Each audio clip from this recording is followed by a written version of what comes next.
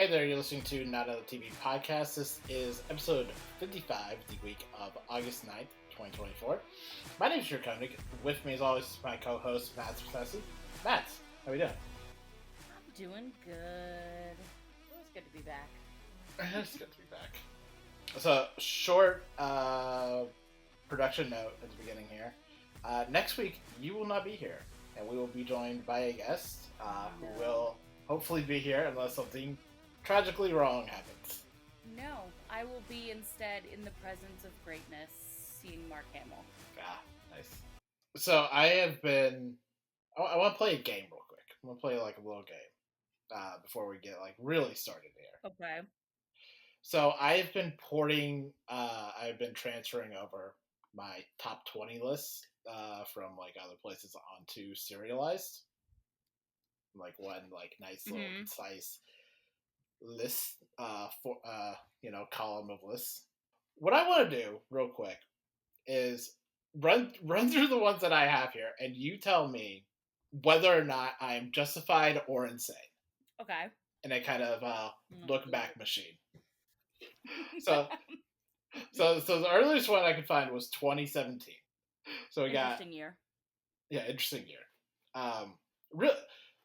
Incidentally, before I really get started with this, it is so fascinating to look back at these lists and like these early years, like pre-COVID years, and be like, we didn't know how good we fucking had it. Yeah. Yep. Like especially when we get to 2019, we're like, oh god, that was such what bliss. But 2017, I got number 1, The Leftovers. Number 2, The Good Place. Number 3, Crazy Ex-Girlfriend. Number 4, Twin Peaks. Number 5, Better Things. Number 6, Steven Universe. Number 7, One Day at a Time. Number 8, Sense8. Number 9, BoJack Horseman. And number 10, Brooklyn Nine-Nine. That's a solid list. Like, it's a solid list? Solid list. You're totally justified in that list. The only thing on that list that I didn't know what it was, I think you said it was Better Things or whatever. Yes, yeah. That was the Better Things was the Pamela Adlon FX comedy.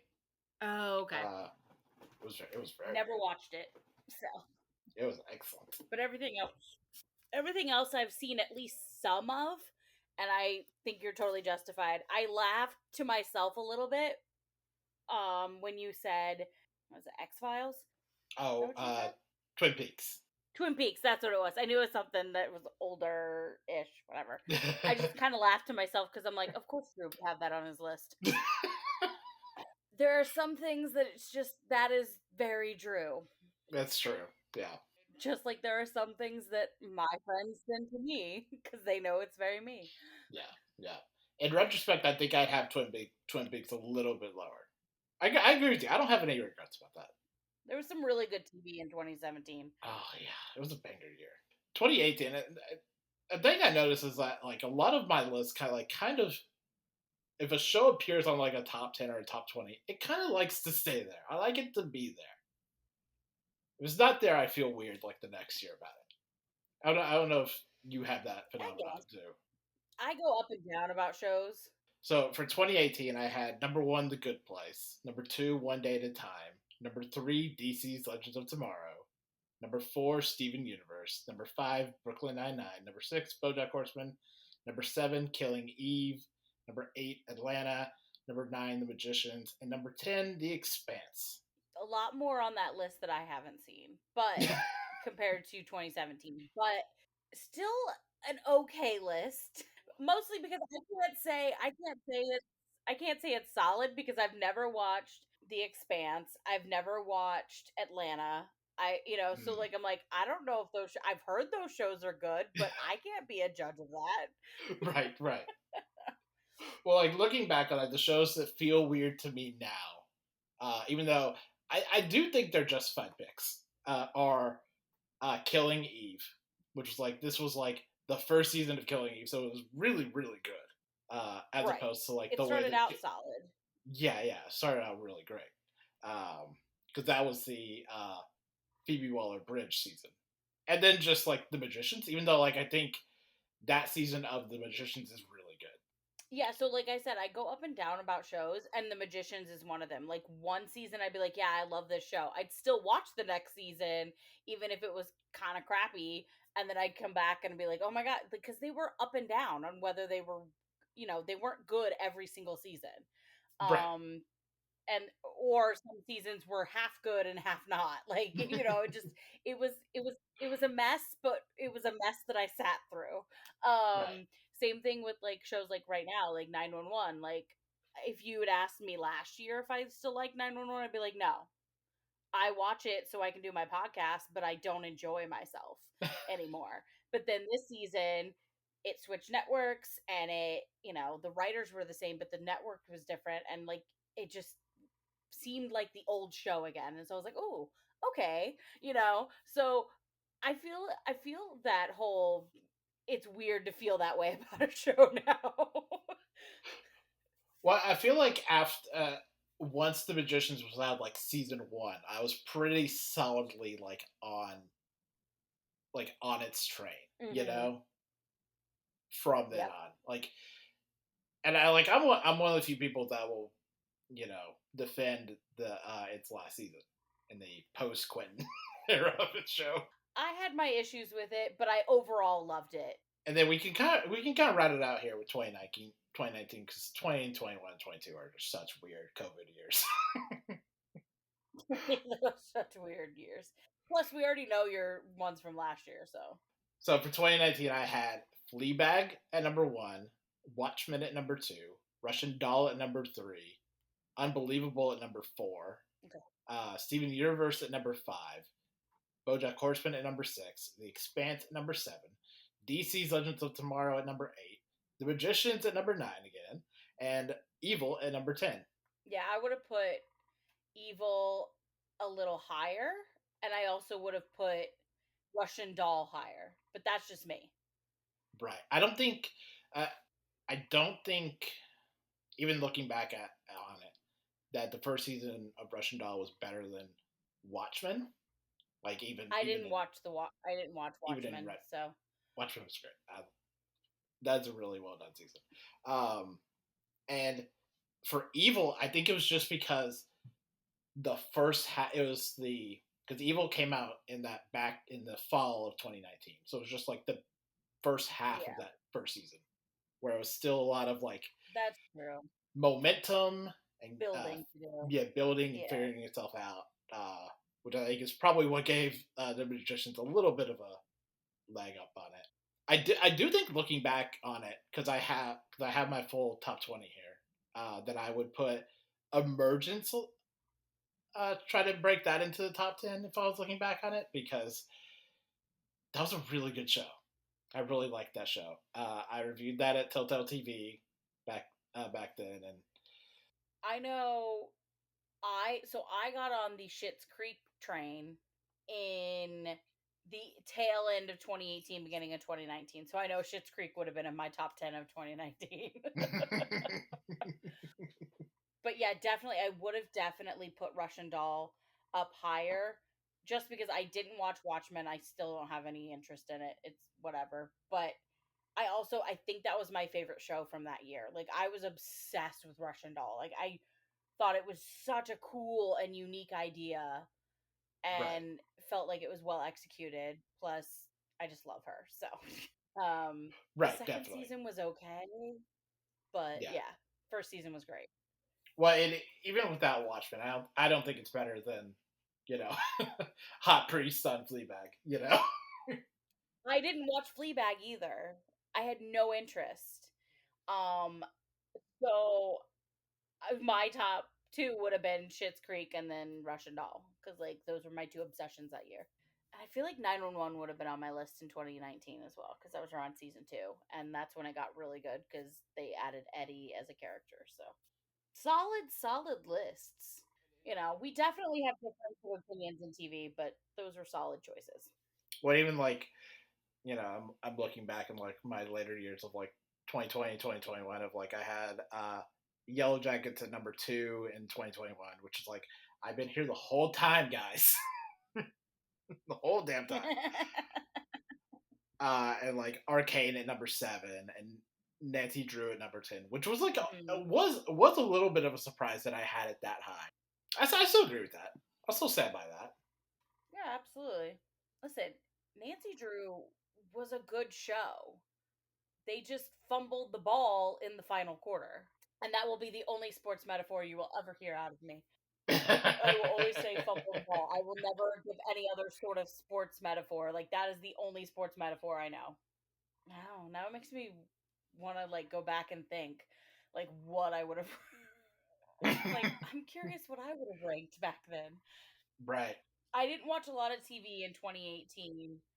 I do know that. I watched a bit in the first half of it, but then my grandfather died and I Mm. lost out on a job that I thought I had in the bag. Like, they literally had told me I had the job and then they rescinded their offer.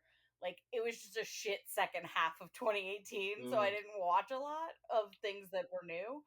Right. So, like, I don't know if I could have made a list in 2018, but, like, definitely 2019, 2020. I think we all watched way too much TV. Oh yeah, yeah. Well, I'm on track to watch like 100 shows this year.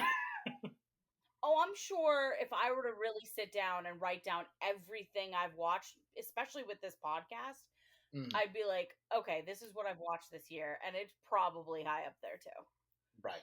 But the last thing I really I want to mention out of this is my list for 2022 had High School at number 7 because we were talking about Orphan Black Echoes and the girl who plays Mm, Jules on okay. Echoes plays one of the girls' quasi love interests on High School. Oh, nice. So I was like, oh, that's what I know from. That's how I recognize that. High School, what a good show. So the verdict is not a not a crackpot. You're not a crackpot. I mean, Not a if crackpot. we were to talk about shipping, then I might say you're a crackpot because you That's true. come up with some really crazy tips. It's But true. TV shows, you're usually pretty solid. Listen. I don't always ship, but when I ship, it's gonna be deranged. It's going to be deranged, indeed. Let's move on into some news real quick. The first piece of news that I want to mention is that Warner Brothers, through its what should be considered criminal malfeasance, general dissolution of a lot of their networks, will have lost close to $10 billion in the second quarter of this year. You know, $10 I'm billion. struggling to care or be sad about it. Listen, I have my issues with Warner Brothers, okay? I mean, But we both have our issues, but that's insane. 10 million is insane. no, not 10 billion, 10 billion. Billion with a B. Oh, 10 billion. Sorry, I misheard you. That's even worse. Billion with a Like, B. 10 million is bad. Listen, the way that Oh I'm boy. choosing to think about this is Warner Brothers is one of the most prolific studios in movie making or Yep. television history. And we are watching it being run into the ground by bozos. There's so much history with Warner Brothers. Like, yeah, wow, that's crazy. It's making me wonder because other studios are struggling, but not nearly as bad as that. And it's just like, what does this mean for the future? Does it mean that studios like A24 will get better recognition? I kind of hope so. Because A24 is solid. They do great work. Any studio head worth a damn would be a somewhat responsible caretaker of the studio, and we're just I don't even know. Like it's like watching the Hindenburg crash. Like Well, and it's interesting because I've been hearing some rumblings over the last couple months that like WB is canceling like all these shows and things, but then they're not allowing the the rights to be given or sold to anybody else to potentially, whatever, to potentially either A, make money off of getting rid of the show that they don't want to air anymore anyway, and it's like that is a bad business decision. Like, what do you mean you're withholding the chance to make a couple $1 million off of a show that maybe somebody else wants? Like, what? right. Well, like Netflix has that same problem. They'll have shows, they'll cancel it, and then the rights will remain at Netflix so that they can continue to stream previous seasons. Like, I know I saw a thing of like someone asked someone at Tubi because of everything that's going on with Winona Earp right now. If Tubi would be in a position to do more Warrior Nun, and that being it, and then it became an issue of like, well, Netflix still holds on to those rights. They don't really let go of those rights. Yep. Like it was part of the reason why like it was so weird a few years ago when I forget what the network was called. Was it Pop? The network that did Schitt's Creek. Yeah, so Pop was the US version of the CBC network, whatever, because they collaborated, so to speak, whatever. Because CBC was where it aired in Canada, and it aired on Pop, which used to be like TV Guide or something like that back in the day. Oh, okay. Yeah, like way back in the day, like I think someone had like looked into it because they're like, where did Pop come from? It like just popped up out of nowhere. But someone looked into it and like they're like, oh, it's had multiple iterations over the years, and I'm like, interesting. Right. But like that was the reason why it was so weird that like Pop picked up One Day at a Time for its third season. It made more of that because anywhere else, like any other streaming network, wouldn't have been able to make more One Day at a Time because the rights are so weird. Yes, it's extremely shitty that Warner Brothers does that, but also it's not a Warner Brothers specific thing. Oh no! I have problems with Netflix having that problem too, but I'm just saying, like, especially given their current financial landscape, you'd think they'd be like, you know what? We could share the rights and make some money off of this. Like, whatever. Oh, Speaking man. of Warner Brothers, there was a report out of Variety today that Warner Brothers has, for all intents and purposes, shut down Cartoon Network's website. Whenever you go to Cartoon Network's website, you will be either redirected or encouraged to go to Max. That website is essentially dead.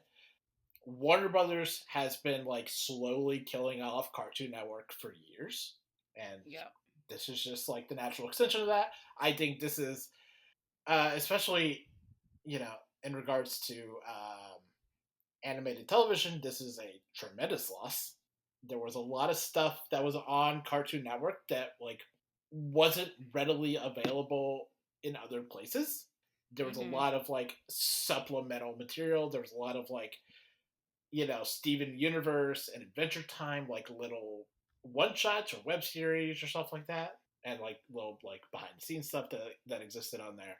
That I don't know, like I don't trust Max to have that ready or to have that streamable. Yeah, anywhere, in the interim, the Wayback Machine website does still have it in its records.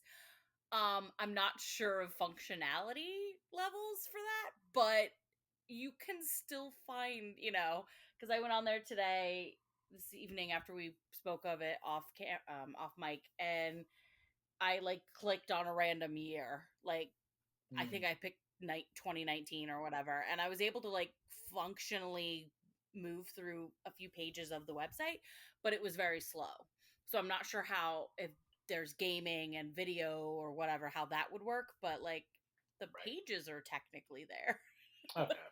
But yeah, like it's only a matter of time before Warner Brothers probably finds a way to get rid of those as well. So yeah, and it's very sad. It gets very sad, especially with this coming so closely to like Warner Brothers killing Rooster Teeth, which it also owned, and it. This is the part where I have to be a conspiracy theorist, but it feels like Max trying to kill off its own competition. Yeah. Of like Max is putting out its own stuff, its own animation, and doesn't want Cartoon Network to like muddy its own waters. I don't know.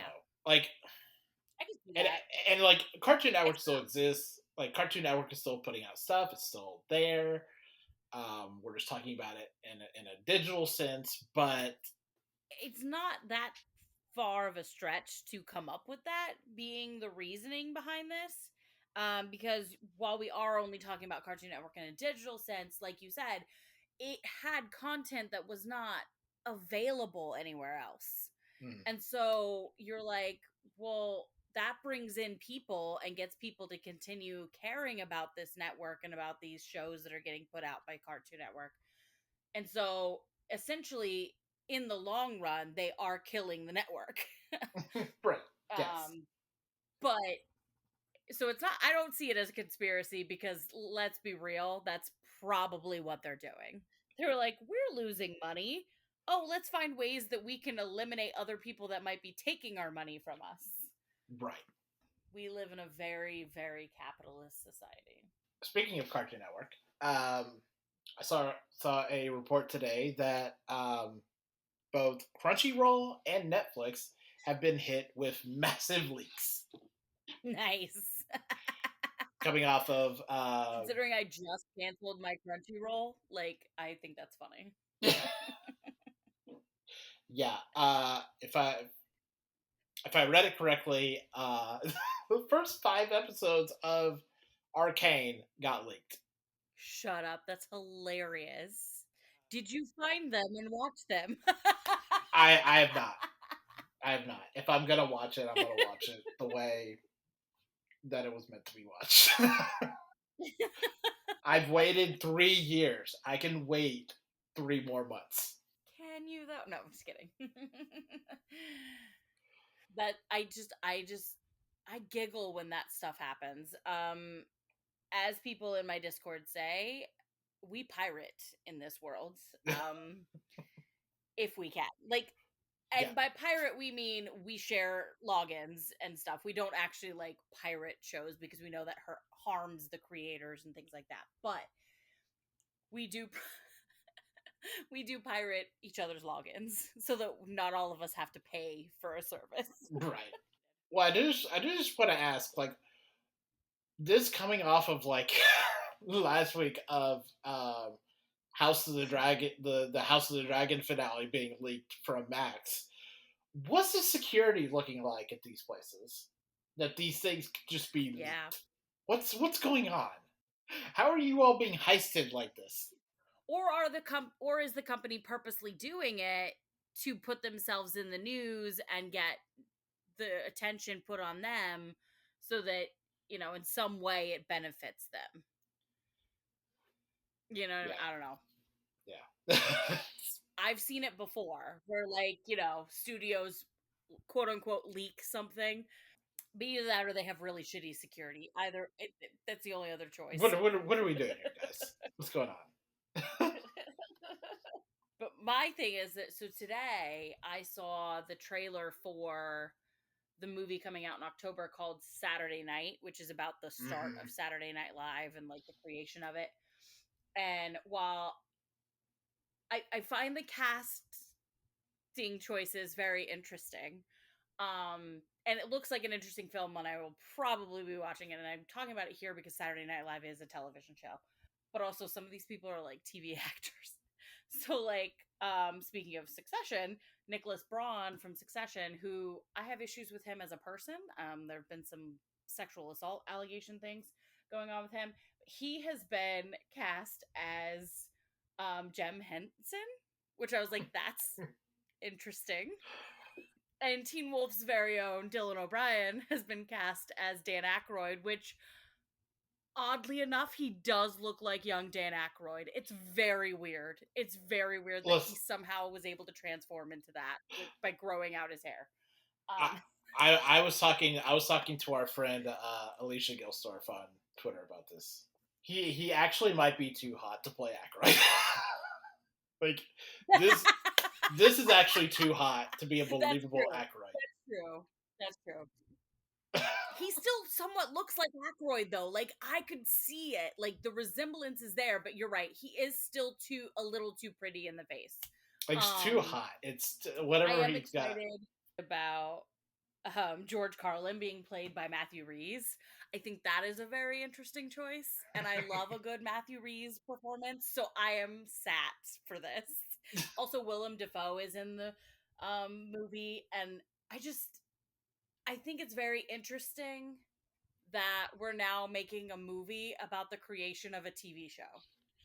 This is where we're at in ideas for movies, ladies and gentlemen, and theys. I just I don't. Again, I will watch it because I'm obsessed with Saturday Night Live, the good, the bad, and the ugly of it. But what? I didn't know this was in existence till I saw the trailer. I was like, this is a thing?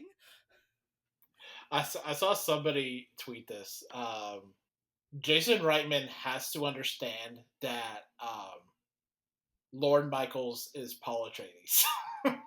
You have to understand that about Lorne Michaels. Otherwise, you shouldn't be making this movie.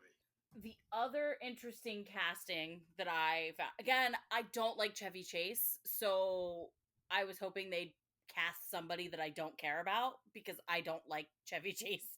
But they cast Corey Michael Smith from Gotham, and I'm like, God damn it, I love him. And now he's gonna play a person that I hate with a passion, and I'm like, ugh, okay. But still, like, you couldn't have gotten somebody I don't know. Oh, the 70s vibe will be in full effect in this movie, and when I talk about Hotel Cocaine later, I will talk about. Let me tell you, I do enjoy a good 70s vibe. Let's move on into the GOAT.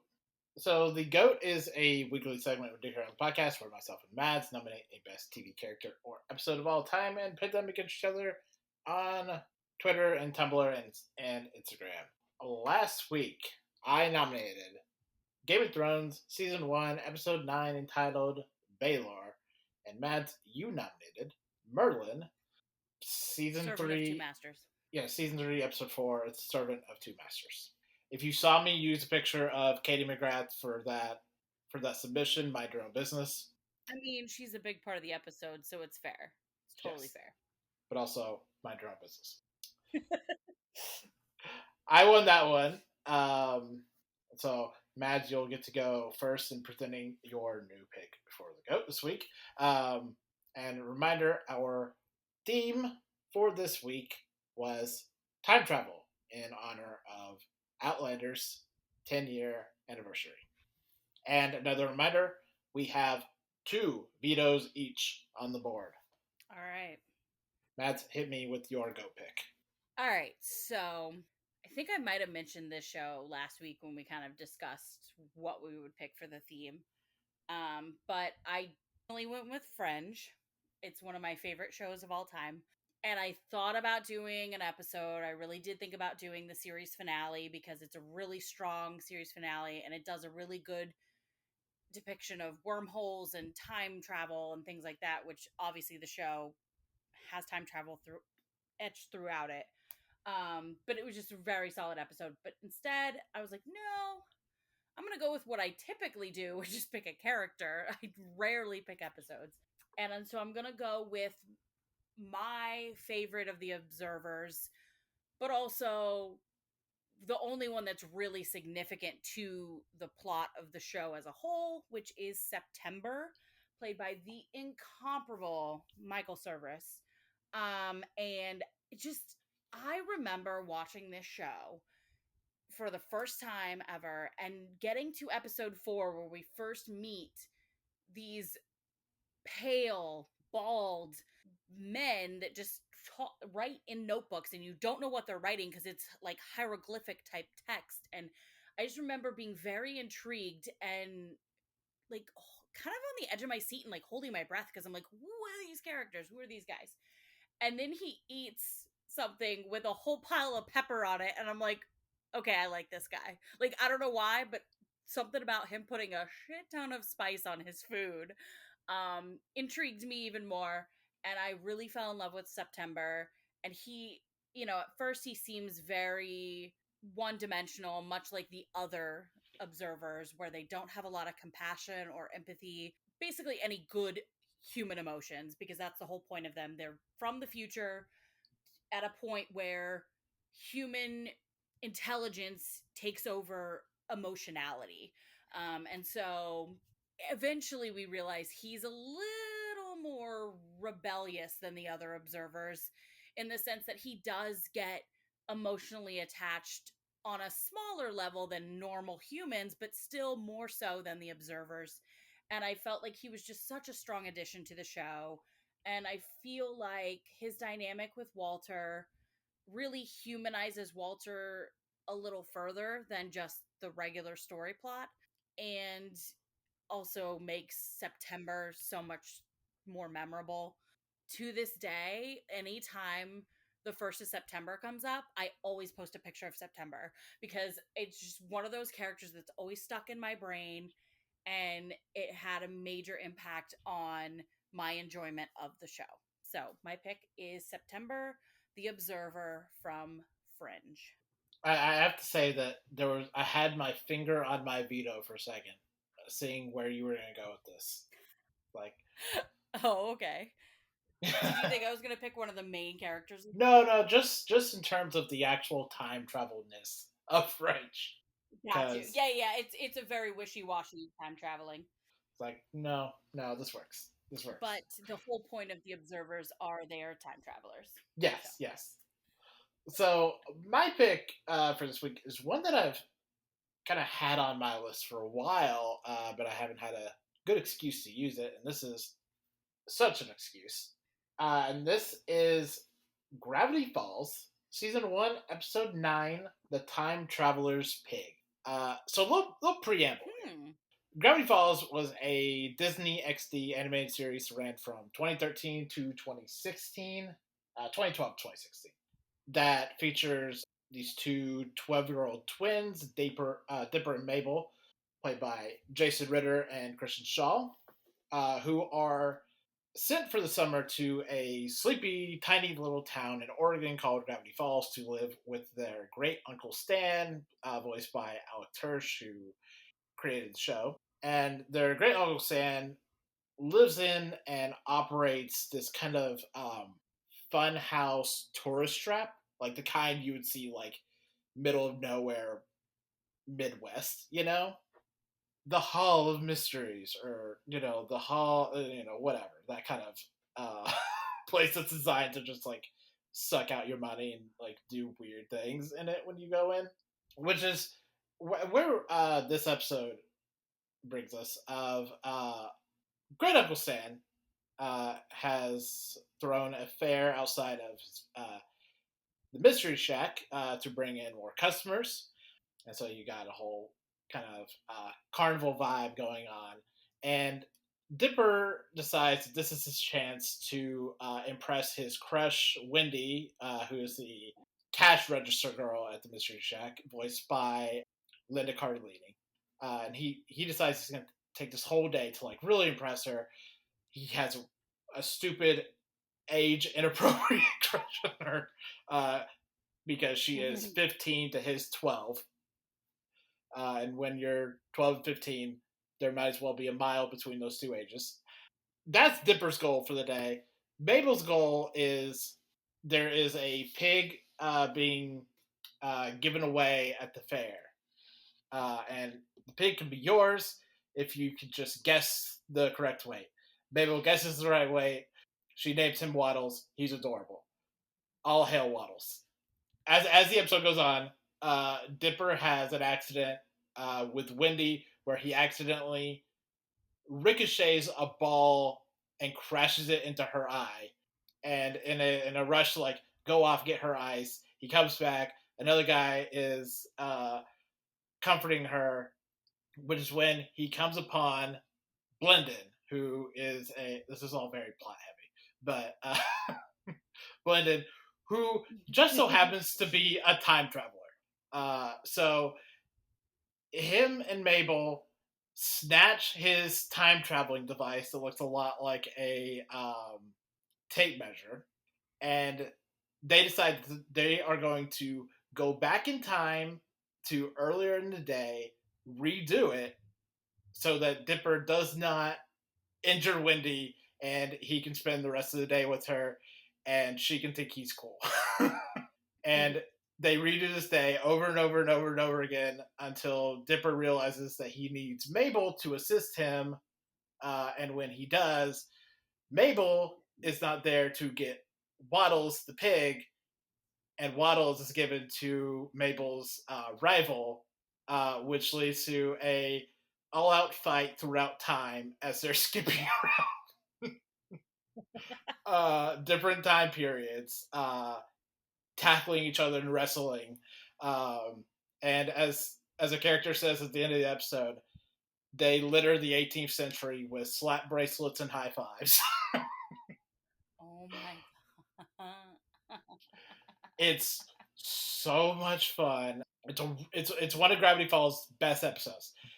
I'm gonna do something now that I don't normally do and say why I should not win this, this one. Because I should win. I want to win, but I want to add some caveats to why I should not win.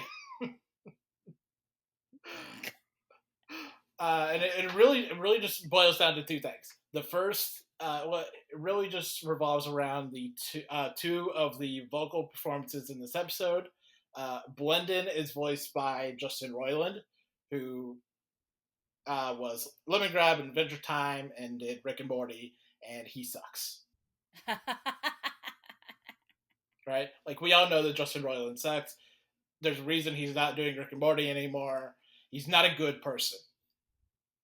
And then the other one is that Robbie, who is the kind of Dipper's foil in this episode and ends up dating Winnie at the end, is voiced by T.J. Miller, who is a domestic terrorist. Yeah. And he appears multiple times throughout the series in ways that really pinpoint the ways that the show has not aged as well as we would have liked it to. And again, TJ Miller sucks. So those. If there were reasons why I should win, those would be the things I want you all to consider. But also, please vote for me. So those are our picks for the GOAT this week. We will not have a theme next week. It will just be a regular GOAT submission. But 2 weeks from now, because this in 2 weeks when Mads comes back will be the last week we talk about Adventure Time until more new Adventure Time comes out. We will be doing a Adventure Time episode submission. We will go back at all the episodes we've watched and all the episodes we didn't, and come back with a pick. But until then, you can go vote for this week on Twitter and Instagram and Tumblr. And you'll have 2 days to vote once it goes live. And be sure to like and share it on all of your social media platforms. But anything else, let's move on into the main part of our show. I'm not really feeling like myself today. Hated every job I've had, what's wrong with me? Every day's the same, painfully mundane. Cause I'm running from my feelings and my fear of sudden change. Every time I leave my room I wanna die. Even when I'm with my friends I'm To kick our weekend TV off, and speaking of Adventure Time, we have Fionna and Kate, which was a HBO Max / Max follow-up to Adventure Time, which conceptually is just Fionna and Cake. In practice, it is a lot of things. It is It is. Fionna and Cake. It is an Adventure Time epilogue. It is a cosmic show. It's a Prismo show. It's a it's a multiverse show. Mhm. So it has a lot of pans and a lot of fires, you know? Mhm. Which I think is the main thing I want to bring up here. But also a big point is we talked a lot, and a lot of people talk about this, not just us, but we talked a lot in our coverage of Adventure Time of how Adventure Time was a show that aged with its audience, right? And I think I mentioned this last year when I talked about Fionna Cake solo, where Adventure Time was a show that grew up with its audience, and now you have Fionna and Cake, where the people who were 10 when they watched Adventure Time at the beginning are now in their early to mid 20s. Kind of bringing to the forefront that existential malaise. Oh, this is my life. This is what my life looks like, and I don't like it. I was promised a world that was different than the world I have received, and I don't care for that. Which I think is really fun to like see being demonstrated, not just through like Fionna and like that first episode, but also like Simon throughout these episodes. We're only talking about the first 6 episodes. We'll talk about the last 4 next week. But like, just the kind of the depression that is so palpable in these episodes. Yeah, and I felt very seen by some of these existential crises between these characters, because I felt that, like, you know, in the first episode when Fionna is talking to Gary about how many jobs she's had in the last so many years, I was like, oh my god, that was me. That used to be me when I was in my, you know, 20s. Even into, like, first couple years of my 30s, too. Like, it wasn't until a few years ago when I got the job I currently have that I was job hopping every couple years because I was not satisfied or I'd get fired. And it's like, I feel this on such a deep level. Like, I understand this frustration and this feeling of being lost and needing to find purpose. And she does put a lot of that into Cake, whether it's trying to find out what's wrong with Cake in the first episode or so, or it's chasing after Cake to find Cake in the rest of the episodes that I've seen, you know. I'm interested to see where that journey goes. I'm trying to think of the best way to say this, because like, this is a Fionna and Cake. Because like, I think I have 2 minds about this. Where like, this is a Fionna and Cake show, but it's not like Fionna and Cake proper. And the show is kind of about that in oblique ways, but there's a kind of sense of like having your cake and eating it too, you know, of like, these aren't cakes, but we're still interacting as if this is like Fionna and Cake, but they are like their very own distinct things, and I kind of admire that it isn't just like, you know, taking Fionna and Cake from like their episodes in Adventure Time and being like, here's more of them in just 10 episodes, you know?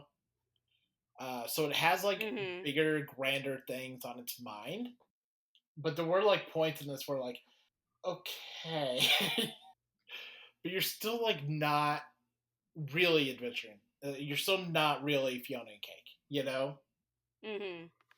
Which I think is like a bridge that I don't think, you know, at least in this, in these 6 episodes, that like the show kind of bridges. But what do you think? As chaotic as it is, and the first few episodes seemed to feel like they were jumping around, but then I feel like we kind of moved into something that transfers from episode to episode, or like elements that transfer from episode to episode. I still really enjoyed myself, even though I was slightly confused in the beginning because I'm like, I don't know what this show is trying to be. The musical theater fanatic in me is very happy to hear Andrew Rannells' voice a million times in every episode because he plays Gary Prince. I also want to try some of Gary Prince's pastries and treats. They look very delicious. Also, I appreciate. I really like the episode where Prismo is very depressed and he should be doing one thing, but instead he's just watching Finn and Jake. And it's just like, I feel that, Prismo. I feel that so much. Because, like, it's a very good representation of what depression can kind of feel like. You know, when you're depressed, or at least in my experience, when I'm depressed, like, I know there's a list of things that I should be doing because that is my job and that is what I'm supposed to do as the person that I am. But instead, I'm sitting there watching my favorite comfort show. And that's basically what Prismo is doing because he's very comforted by Finn and Jake. And it was such a, that episode in particular was very visceral for me because I was like, oh my gosh, like this is really speaking to what this feels like. And I think like not just depression for depression's sake, but like at a Mm-hmm. time when like Jake has died. Like I think that's the subtext of these episodes is that like Jake has died, and everyone is kind of, some people are very messed up about it. Finn is upsetting in these episodes. Oh my god, so upsetting. I like that he still is with Huntress Wizard, Yeah. but otherwise deeply upsetting. And not negatively, but also negatively at the same time. It's very uncomfortable to watch Finn like this because you're like, this isn't the Finn that I've known and loved this whole time. Oh, this is what grief does to somebody. And if you've lived through a big loss like Finn has with Jake, you can understand it on a certain level. And so like that's the other reason it's somewhat uncomfortable, especially for someone who knows losses like that. Like it's very, because you're like, I understand this whole feeling like you're no longer anchored to the ground, like you don't know what you're supposed to be doing because that one person, or in the case of some people, that one pet was like the one thing that you always could count on. And for Finn, that was Jake. And Jake is now gone. And Finn's just like, I don't know. What do I do? Like, it's very upsetting and uncomfortable to watch, but also very well written and well done. Yeah, yeah. Well, we're well written because the regression of Finn is so uncomfortable to watch, right? Yep. Because in Adventure Time, he was always a character who did not address things and did anything that he could to like not shine a light on the things that made him feel bad. And here he has returned to those behaviors of like that line from Finn of adventure till you drop. Like it's so deeply unsettling. But in regards to Prismo, first I want to say we should have gotten Kumail Nanjiani back for this, and I know the reasons why Kumail isn't here, but also it should be Kumail, like just straight up. The reason Kumail isn't here is because his agent just didn't tell him. I'm not making that up. That's the reason that he isn't here. Yeah. I just got so used to his voice that when this Prismo talked, I had to look up because I didn't know who it was. Yeah. And then I was like, that's not Prismo. And it was just like, oh, it is, but they chose a different voice actor. That's nice. Yeah. Yeah, I think he's doing a decent enough Kumail impersonation, Yes. but it's not quite up to snuff. Oh, yeah, you can definitely still tell the difference. Yeah. I'll also say that the explanation the show gives for Fionna and Cake doesn't really track. Because the show says Prismo created Fionna and Cake in basically a D&D character creation program, which is really funny. Right. And then to avoid getting in trouble, he hid it in the brain of the Ice King.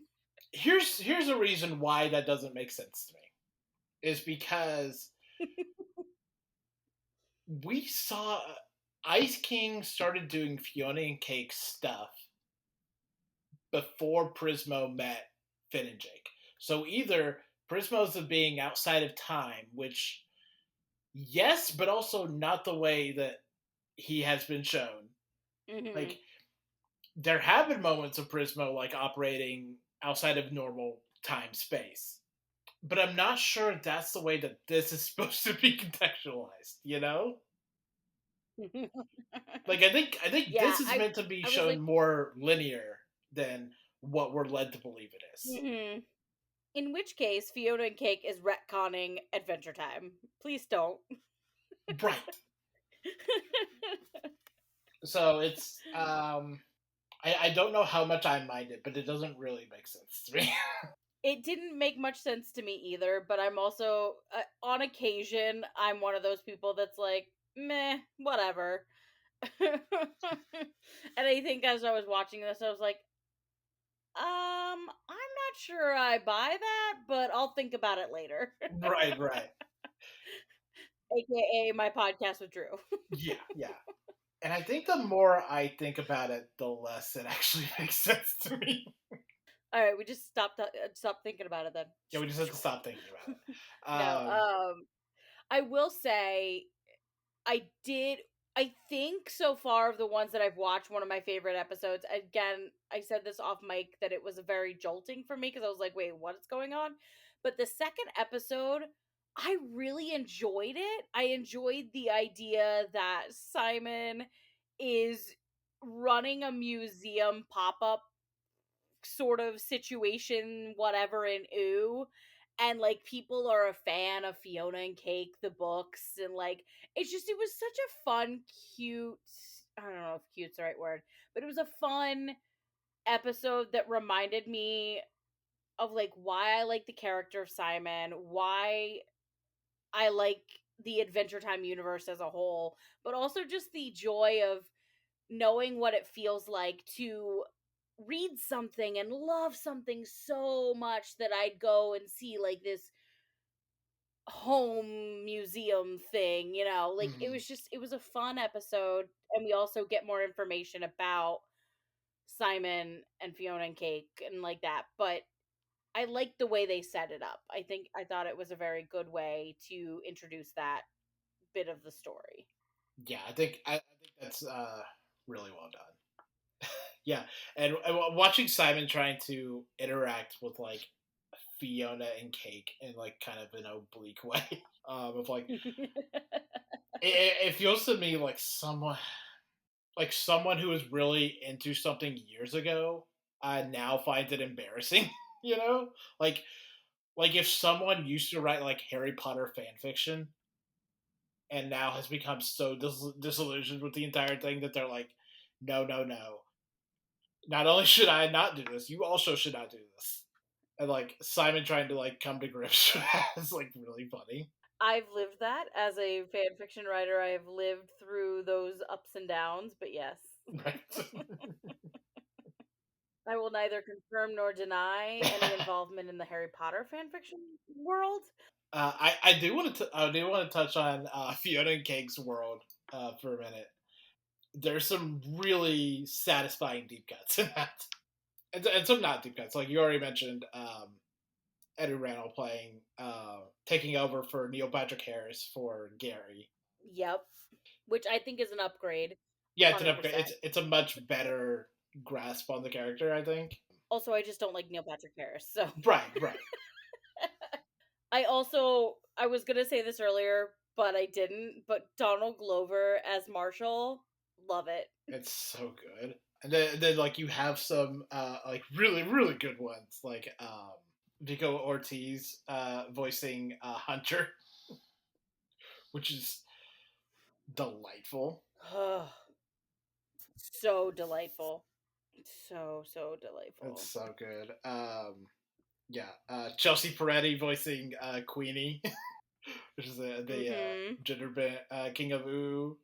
Oh, Erica Luttrell voicing Hannah Aberdeer, Marshall's mom, and Erica Luttrell voiced Sapphire on Steven Universe, which is really great. Jinx Monsoon voicing Lemon Carb, voicing one of the Lemon Carbs. Oh my god! So yes, I was like, I recognize this voice. Thank you for saying who it was, because I was like, I recognize this voice. but it's not coming to me. So thank you, because I was like, I cannot figure this out.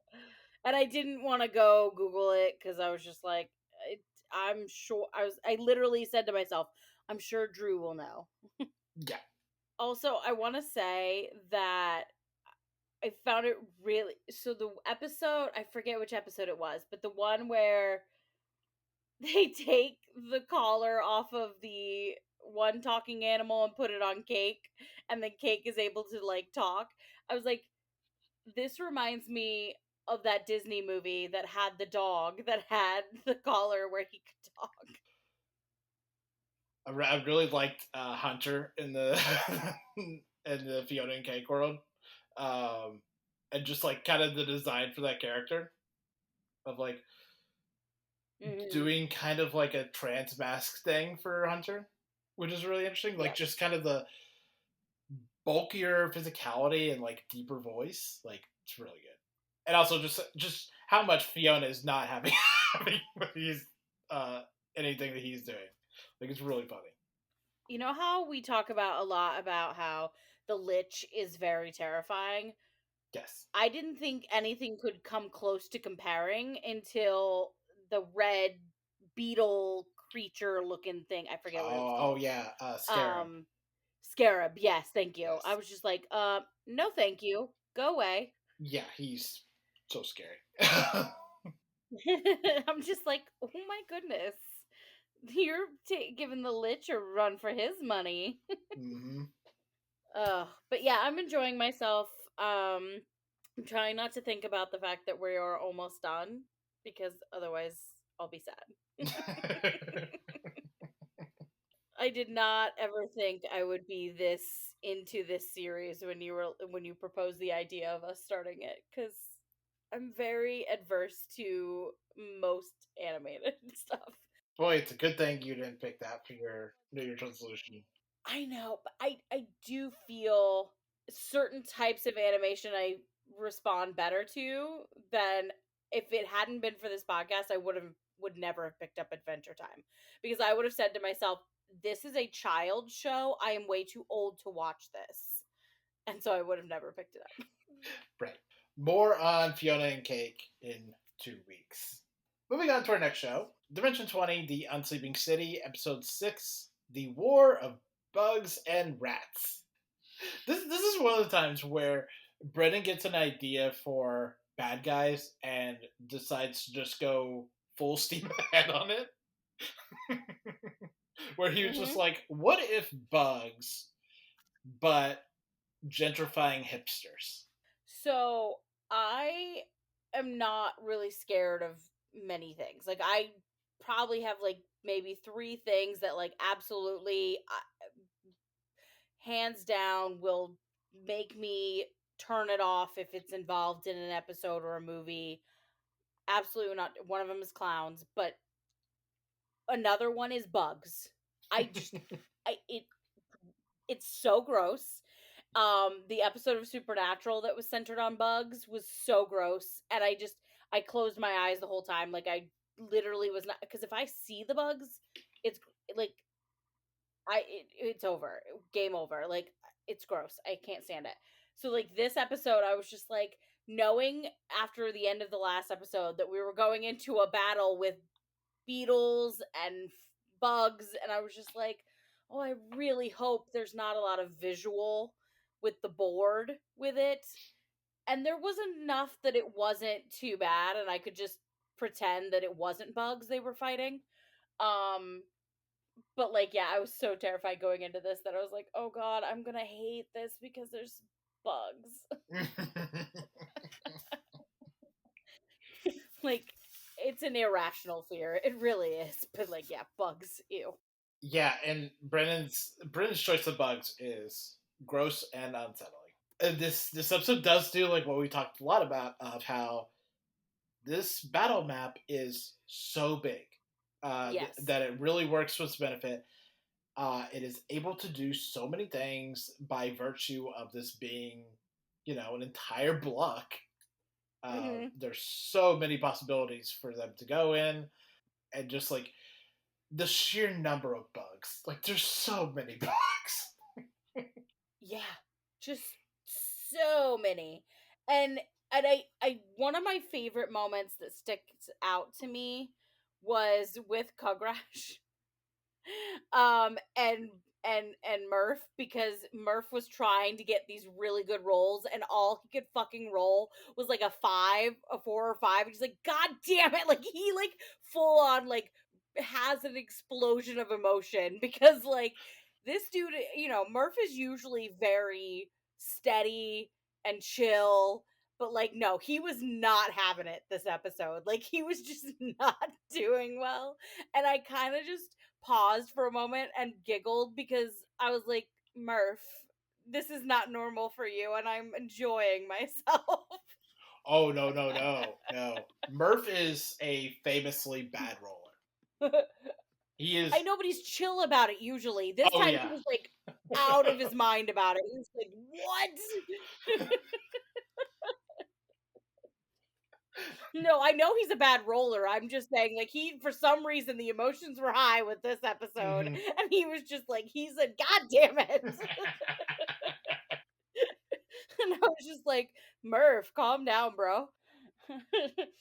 And then Ricky being turned into an animal, and I love that Brennan like turns to Pete Allie Beardsley and is like, Pete can't stop what's happening, but he can control how bad the end result is. And Pete's like, oh, right. Like Allie's like, oh, okay. So like it's great because like sad because Ricky turned into a dog, but also thank God Brennan was there to be like, you can change how much this hurts. Also the animal whispering, I love it. I love that that's a talent that is allowed to happen in this season. And of course, the other big thing that I loved about this episode, and then we can get into more of the nitty gritty details of like the battle and stuff, but like at the end, when Emily Axford just kept going, oh my god, I did magic! Oh my god, I did magic! It's like, Emily, no, you didn't, honey. And then like they're talking to the bodega entity cat thing, and Yes. he mentions the key to the city being missing, and Emily's like going on and on about wanting to have different colored eyes, and so like basically she's having sex with the cat. Like this is what everyone is like. They're like, are you gonna have sex with this cat? Like, is this where this is going? And then Winston pops in and he's like, about the missing key to the city. Once again, Kingston's like, listen, we need to focus. We have things to do here. But yeah, the cat stuff between Brennan and Emily, I was just like, please stop. Oh, it's so good though. It's so delightful watching Emily swear her service to a cat. She's like, you can do anything to me. And that's when the whole table is just like, oh no, we're not going We're there. not going there. We are not giving Brennan that opening. And Brennan's like, and then Brennan was like, oh yes, we are. He's like, I have to lick you to make it happen. Like, oh my god, this whole season has been very enjoyable, but that chunk of this episode was made me laugh so hard I was crying. Like I just was like, this is the most unhinged thing I've ever seen, and I love it. Yes. But yeah, decent battle episode. Like I feel like there's not a whole lot you can say about the battles themselves. They're kind of like, whatever. But it's another good example of the roles determine the direction of play and what the story unfolds, because there's the whole situation of Ricky being turned into a dog but then rolling well enough that the dog can attack and and cause damage. Yes. Yes. A lot of fun from this episode came from like the almost like normcore way that like Brennan would have the bugs talk. Either on like Yeah. successful or failed rolls of like some nonsense hipster saying, and then like attacking or not attacking.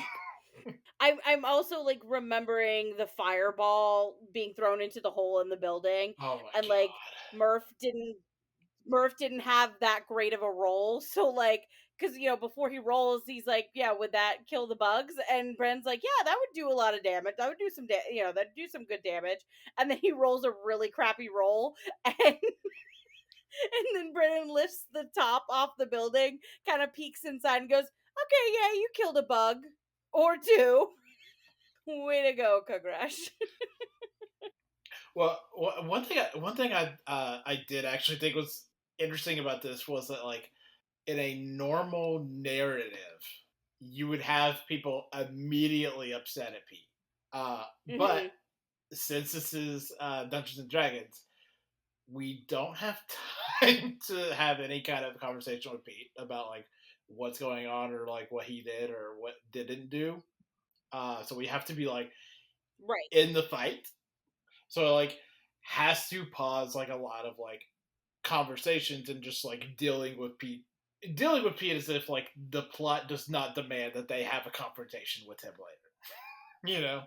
Well, and the way I looked at it is like any good like epic adventure story, bad things happen, shit that shouldn't have happened happen because of the, bad decisions of someone else or whatever. And I felt like this kind of situation falls into that category of we have a job to do, we need to deal with this. We can discuss what happened much later when the dust has settled and things are no longer life or death. Mm. Yeah. But also it's D&D and those kinds of conversations don't necessarily need to happen. But, like looking at it from a more, understanding perspective without the D&D element of it being involved. Right. Because let's be real, they would beat the shit out of Pete. Well, we have time for that next episode. I still like Pete. I don't care. He's fun. He's entertaining. Yeah, he's great. Let's move on to our next show. So I caught up with Ren Faire this week, which is funny that I'm the one talking about this and not Mads, because this is more in your wheelhouse. I think it is mine. So Ren Faire is a reality docu-series, docu-fiction. I'm having trouble deciding exactly what it is. Miniseries that aired on Max June or May. I can't quite remember, but I think it was June. It follows the Texas Renaissance Fair, which this was basically the one that like created the mold for like all the other Renaissance fairs, like especially Renaissance Fair in like a modern sense. And it follows the creator of it, George, who is well into his old years. He's well into like he has to be like in his 80s, I think, and he's looking to retire and settle down. He says he only has like 9 years left probably before he'll die. So he wants to pass it off to someone else so that he can like retire and just live in his house and find a companion. And so this is pretty much Succession, but Ren Fairs, where you have 3 other people who are kind of vying for a place in the changing status quo of the Ren Fair. And I saw a review on Serialized that I think summed this up really well. I love how this started as a look at a weird little subculture and the staggeringly wealthy weirdo at the top of it all, before slowly evolving into a despairing look at capitalism in miniature, degrading everything it touches. What should be a quirky, fun job aimed at bringing people joy instead just leaves everyone involved miserable and unfulfilled, constantly chasing what they think they deserve instead of enjoying what's right in front of them. And that's pretty much what these 3 episodes are. You have, besides George, who, as that review states, is a colossal weirdo. Just a man far too high on his own supply and power, because the way that he shaped out this Ren Faire over the years, since like I think it was like since the 70s, was he brought it to Texas, and then he incorporated a town for the Texas Renaissance Fair. So he's kind of the de facto mayor of this like little incorporated town. So he's like they call him the king, and he is like, for all intents and purposes, he is the king. But like you also have one character, Jeff, who is this sanctimonious brown noser, who's the general manager of the Renaissance Fair, and has aims to take over when George retires. And you have Louis, who wants to buy the festival from George, who is like, they call him the king of corn because he does all the, he's in charge of all the kettle corn at the Renaissance Fair. And then you have Darla, who is like the vendor manager and becomes like co-general manager as the show goes on. And just like watching the machinations, watching these people like trying to maneuver themselves, and then by the end of it, none of it mattering, none of it being consequential at all, because George, this man who had absolute power, and people let him have this power over the years, just did what he wanted. And it's so funny.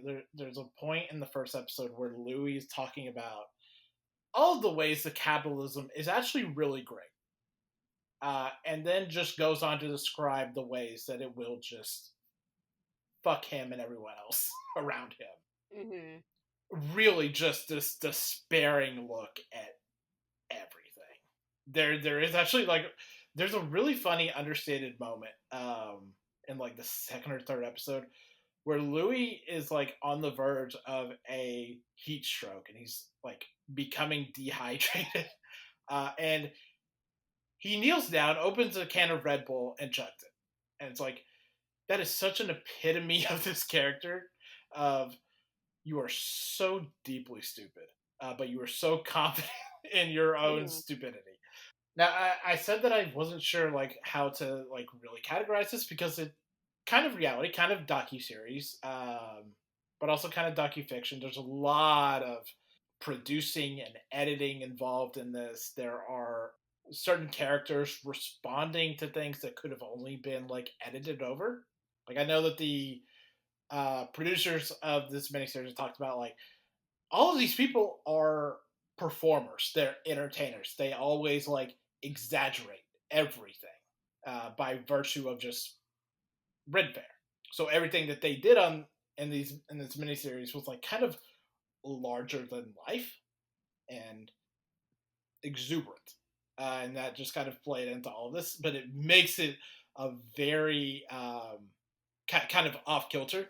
So it's a very odd, very dark at times little look at like this weird subculture that I kind of found fascinating. Interesting. Yeah. We'll have to check it out. So let's move on to Hazbin Hotel, which is another series that I have been catching up on. This came out, I think, all the way back in January. Yeah, it was quite a few months ago. Yeah, so I wanted to take a peek back at this. So this is on Amazon Prime Video. It is a spinoff of sorts to Hell of a Boss, but the pilot for this was released as kind of proof of concept a few years ago. I think back in 2019. I don't know. By the creator, I believe so. I think that's right. This follows Charlie, who is the daughter of Lucifer, who has opened up a hotel for damned sinners who are looking to be rehabilitated and find their way into heaven before the angels come in, led by Adam, the first man, and wipe out a bunch of residents of hell, as they do every year. I think this is an extremely oddly paced show. So my friends were like, I'm surprised you've only just now watched this, because again, musical theater fanatic over here. Most of the voice actors in this show are musical theater because obviously there's some singing going on in this show. But like it just didn't interest me. Again, it's one of those things that I'm like, okay, whatever. Maybe I'll like it, maybe I won't. I might eventually watch it. And then you put it on our list to watch, and I was like, all right, well, I guess I'm watching it. It was entertaining. I enjoyed myself. I liked some of the songs, but yeah, the pacing was just very weird. Yeah, I think the pacing and characterization over the first 4 episodes is really rough, but the back half of the season really comes alive, for me at least. I think if they had like tried to condense, if they had taken what they wrote for the back half and been like, okay, this is the characterization, this is the pacing we're looking for, and applied it to the first half, it would have been so much more compelling. And because I feel like it took me to like the third episode to really be like, okay, maybe there's something here. And even that was still not like as excited as I was about 5 through 8. It felt like two different people wrote, like, do you know what I mean? Like it felt No, no, like two different people wrote first half versus second half. yeah, I definitely get you. Yeah, well, like, But I feel like, like in the 5th episode, Charlie introduces Baggy as her girlfriend, and I go, "Oh, that wasn't subtext this entire time." And the fact that I didn't know that, I feel like it's a problem because, like, yeah, obviously, I knew that Charlie and Baggy were a thing, right? But I had assumed we were like, "Oh, they're very close, and we are building to something." Not they have been together this entire time. And I think part of the problem is that they expected people to have watched the original pilot, which does a lot of, hmm from what I've heard, does a lot of the characterization and world building that like these first 4 episodes don't really do. I don't think you can expect people to do that when they're not part of the episodes that Amazon, that Prime Video provides. You know. well, we find this problem with a lot of shows that try to like assume everyone knows the source material. And it's like, no, no, no, you can't do that. You can't do that. No, no. I think what could have solved a lot, or what could have made this better, is if you keep the last 4 episodes the same, but you pad on like 3 to 5 more episodes to flesh a hmm lot of this out. Because like they're weird, just like little asides and like character moments. I'm like, I feel like we need more of this. You know? Yeah, and I also felt like I wasn't fully convinced of the reasons behind why Heaven was moving everything up and like putting a lot more pressure on the hotel than usual. Like, you know what I mean? Like, I felt like I was like, what's the motivation here? Like, besides Adam just being a dick. Right. Which is possible that that's what it is. It's just Adam being a dick. But like, I felt like they could have communicated that a little better because like I didn't feel the stakes right off the bat like I should have. Mhm. And it kind of pulled me away from the show for a bit. Like I said, it took me to like the third-ish episode to be like, okay, maybe there's something going on here. Maybe there's something to be said about this. I wish there had been more than just one creature, whatever, in hell trying to be redeemed.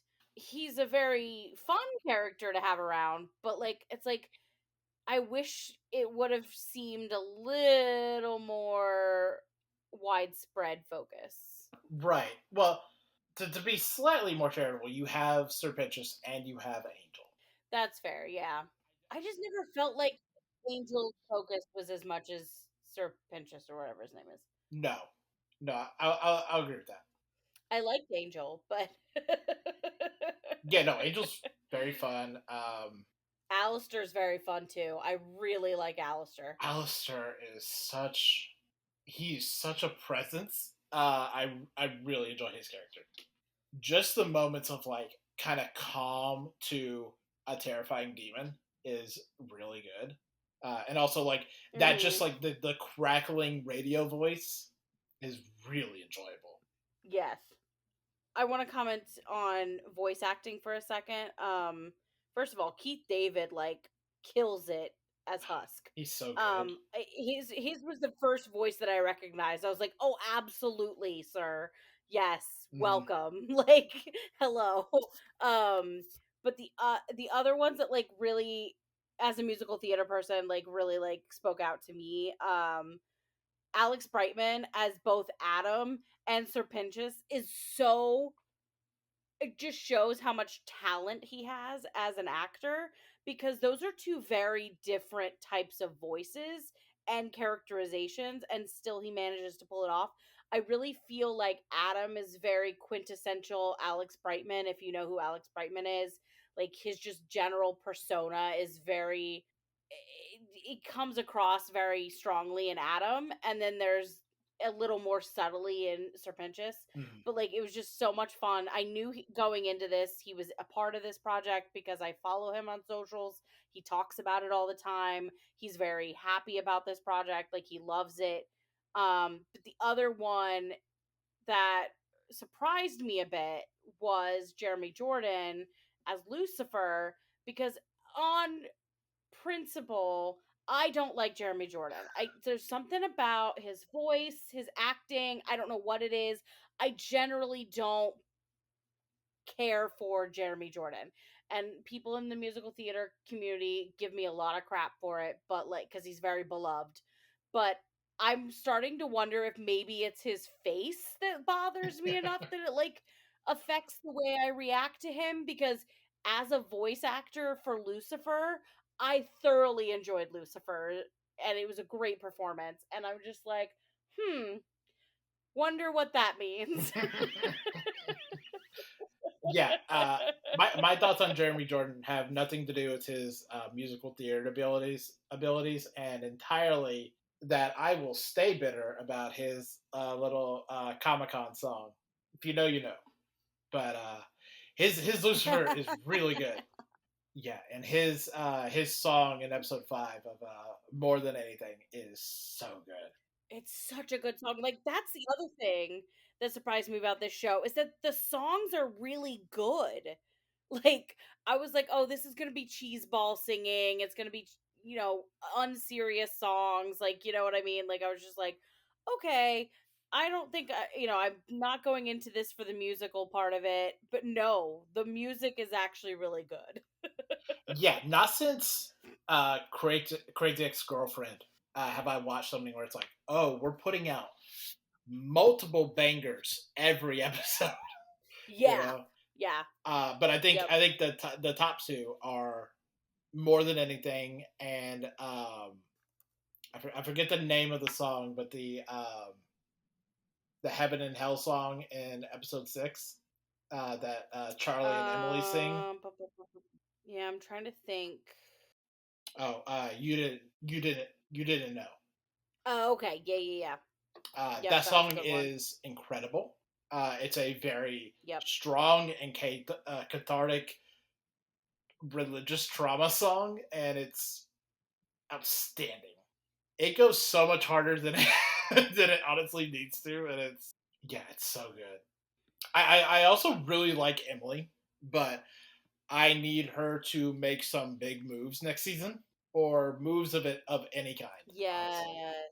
On paper, she is a very like sympathetic character, but like I need her to be doing things now, like anything really. Yeah, because her whole vibe is great. But that shot of Charlie and Emily like talking to each other, and Vaggie having this look of like I will kill someone is so good. Also, like Charlie and Vaggie are very cute. They're a very adorable couple. Yeah. And I really enjoy like the character design for both of them, but also like the what do you call it, like hotel concierge outfit that Charlie has is delightful. Yeah, like concierge, like bellhop outfit. Yeah, it's so good. Honestly, I think it's very the outfit choices for each of these characters are very interesting. Like, when they were talking about Lucifer before we see Lucifer on screen, like I'm like visioning a character that's going to be in dark colors, and he's going to be, just generally the same vibe of Lucifer that I've seen in other iterations across pop culture. And then he shows up and I'm just like, "Oh no, you're like bubblegum pop Lucifer. Okay, cool. This is interesting. This is different." He's just a little guy. He's just a little guy. But honestly, like I was just like, "Okay." But I also like that a lot of the it's very circusy. Like the Mhm. outfits are very circusy. No matter what the character is, but they each have their own personality, and I love that. Yeah, yeah. Even just like Charlie's makeup is kind of clown adjacent. Hmm. With like the like. And like I'm thinking, like Alistair has like a staff, and like Lucifer Oh has the yeah, top hat and the cane, and like it's just very somewhat whimsical and fun. Like it's just you're like, okay, I can get behind this version of hell. Like this is cool. yeah, yeah. And it's a fun setting for like a musical of like, especially like in the first episode of Charlie having like this very fun, upbeat, "We're gonna do it" song, uh, backdropped against just the Hmm. grime and muck of hell. Yeah. I do think that part of it really works.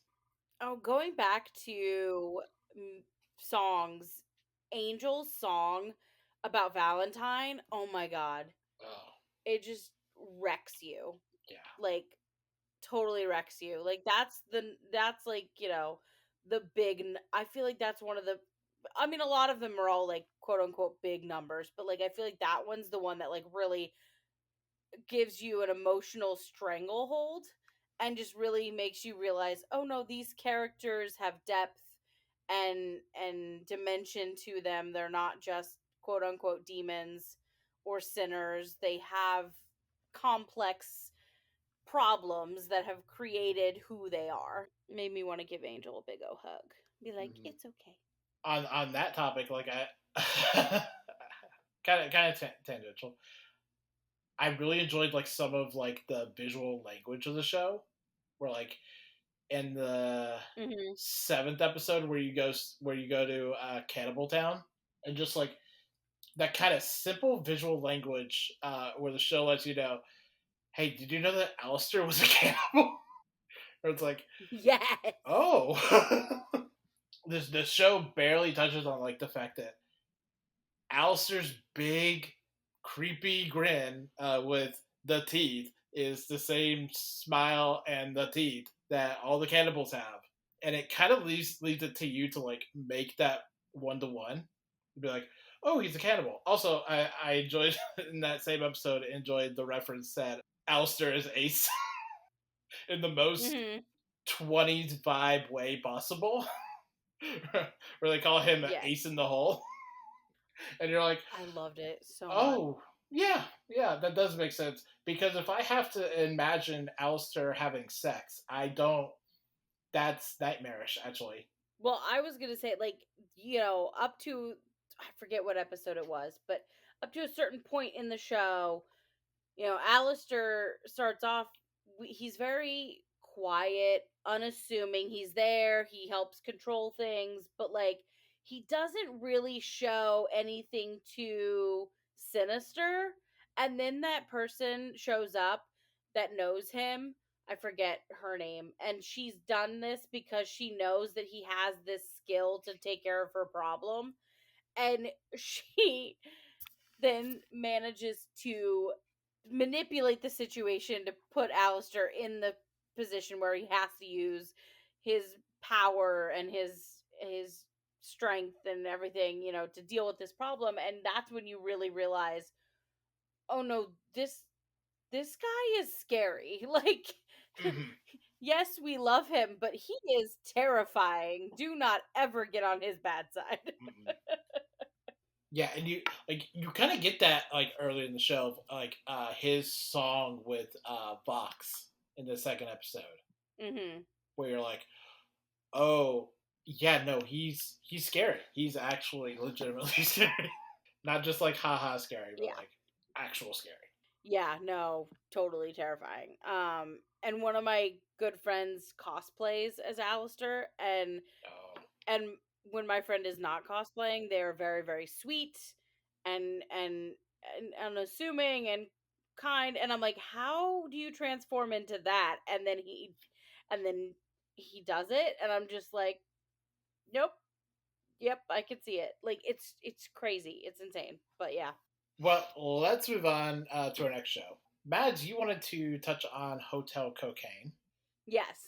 Okay. So you and I both saw the pilot episode of this at ATX. And we both, discussed it a little bit on a previous episode and talked about how like the pacing was a bit off in the first episode. And like it was intriguing, but we weren't sure like where it was gonna go from there.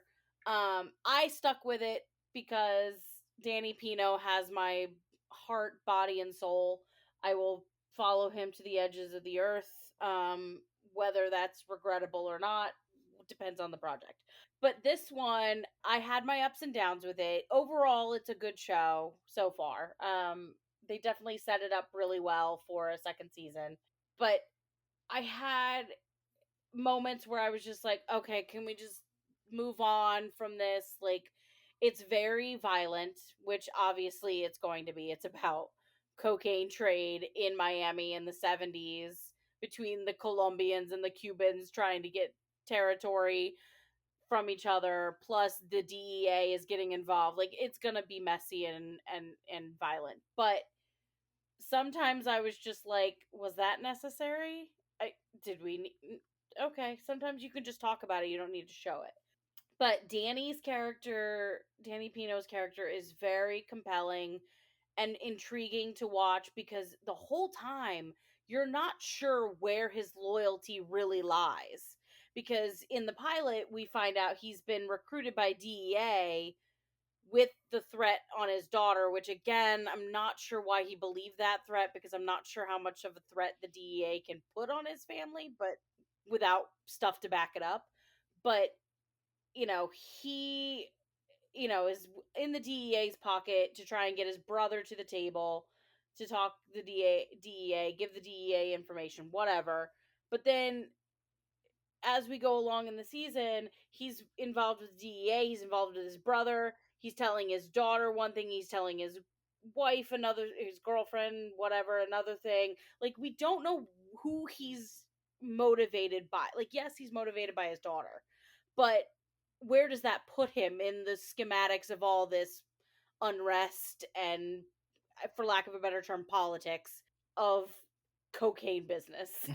And he's still friendly with the hotel, and the hotel's got their own issues going on, and it's very messy, but sometimes that mess actually works out for the show. I'm still not sure I could say season 1 was stellar. It was good. I watched it, I enjoyed it. I will probably tune in if there's more to come. But I will say there was a moment early on in the season where the DEA agent makes a comment to Roman, which is Danny's character, that no matter what happens, innocent lives are going to be lost and changed by the events of what's likely to go down, no matter how the winds change. It doesn't matter. Innocent lives are going to get involved, and it's going to be messy. And he's like, you might as well take the path of least resistance, basically. But when he makes the line about innocent lives, the camera cuts to Roman's daughter, and I literally went through the rest of the season thinking, okay, this girl's gonna freaking get killed. She's gonna get killed. That's gonna set him off because that makes most sense to the plot. And yet No, she just witnesses a crap ton of murders and sees her dad kill some people, and all of a sudden she's like, "Oh, my dad's not an innocent hotel manager." And I'm like, "Girl, what did you think was going on?" Like, I don't know. Maybe I'm just someone that grew up a little faster, maybe. I don't know. But she's like 16, 17 years old, and she has no awareness of what's going on, even when she moves in with her uncle, because they do it for protection. I'm like, girl, do you not know what's going on here? Like, are you really that clueless to what's going on that it takes you seeing a guy get shot in the head right in front of you for you to be like, "Oh, my dad's a bad person"? But anyways, beside the point, the other like smaller plot detail that kept coming up and I wasn't sure where they were going with it was they kept talking about Roman's wife and his daughter's mother. And like, they did flashbacks and showing her and the war that was going on in Cuba when they still lived in Cuba and how she was involved with all that stuff and, blah blah blah, whatever. And then in the final moments of the episode, spoiler alert for those that are watching and haven't seen the finale yet, they mention that she's still alive. But this whole time, he's been operating that she's dead and been dead this whole time. So, like, that's definitely going to change his motivations, I think. Because he was about to get married to his girlfriend. He can't do that now. But, overall, I found it very interesting. It did at times feel like there were too many plot lines going on. Because, like I said, we had what was going on at the hotel with the guy that owns a hotel and his sister coming into audit and it being somehow involved in the drug trade.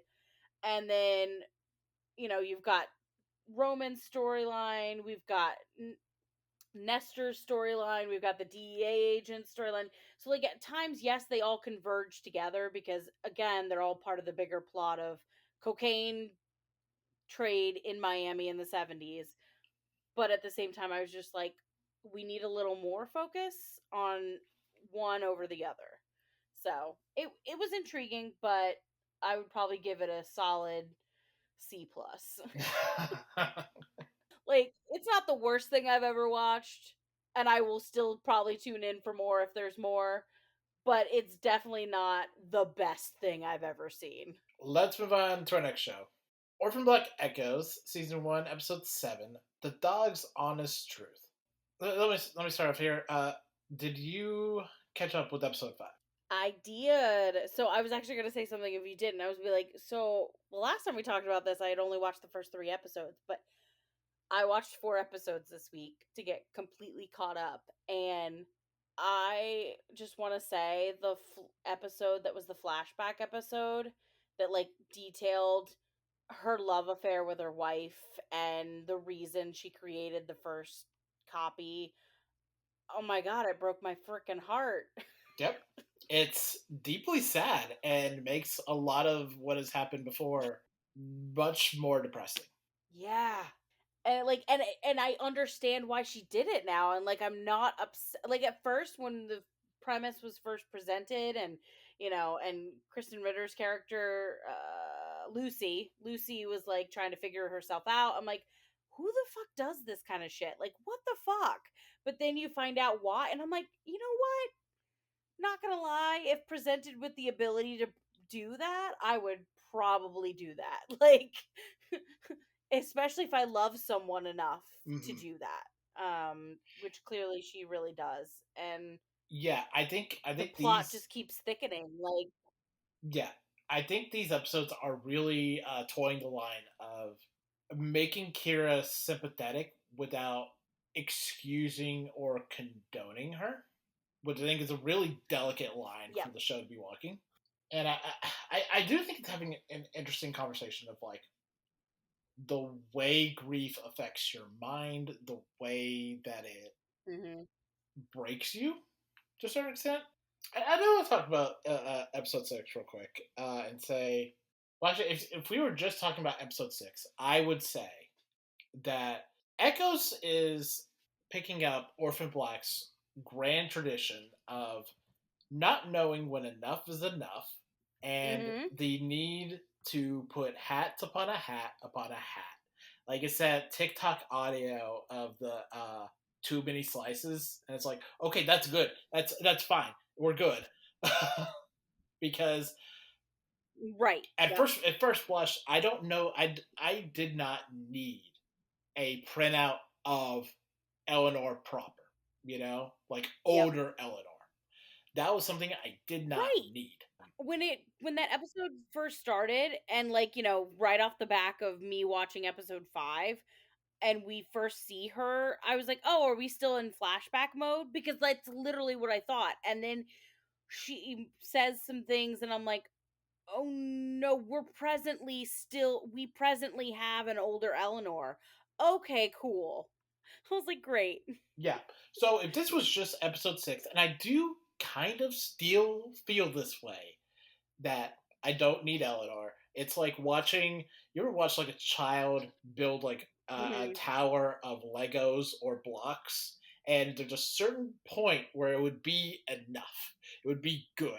You would have a perfectly fine tower, but they have to keep adding to the tower, and eventually the tower falls over because, of course, it does. And that's kind of how I feel about this. Even still, episode 7, where you have Lucy with and Eleanor and Jules together, you're like, oh, I do kind of want the clone club. You know, like I do kind of want that, and that might be enough to make this okay in my eyes. Because like even just like the Lucy and Eleanor duo is like, oh, this is good. Oh, it's good.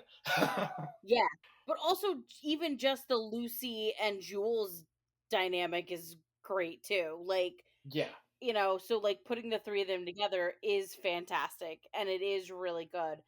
I do want to briefly talk about one thing that like has bugged me, because again, I watched 4 episodes at once, but also this is just a detail. So when the son is being told about this Eleanor being a printout of the original Eleanor, and like, even though he's seeing his mother right in front of him, he's like, no, no, no, that's my mom, like, or whatever.